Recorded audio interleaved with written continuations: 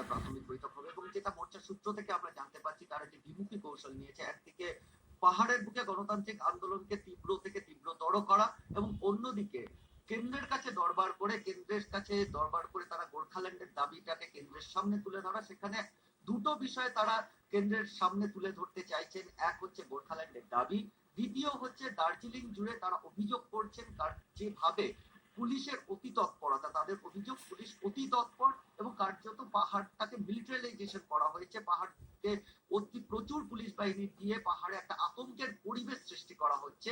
সেই বিষয়টা তারা কেন্দ্রের নজর টানার জন্য তারা কিন্তু আজকে রাজনাথ সিং এর সঙ্গেও দেখা করার চেষ্টা করবেন, এমনটাই মোর্চা সূত্র থেকে আমরা জানতে পারছি। অর্থাৎ একদিকে পাহাড় জুড়ে তীব্র গণতান্ত্রিক আন্দোলন এবং অন্যদিকে কেন্দ্রের সঙ্গে কেন্দ্রের কাছে দরবার করে একটা ডায়ালগ প্রসেস খোলা, এই দুই কৌশল নিয়ে কিন্তু মোর্চা এই মুহূর্তে এগোচ্ছে। আপাতত অনেক ধন্যবাদ, তোমার সঙ্গে আবার আমরা পরবর্তীতে যোগাযোগ করব।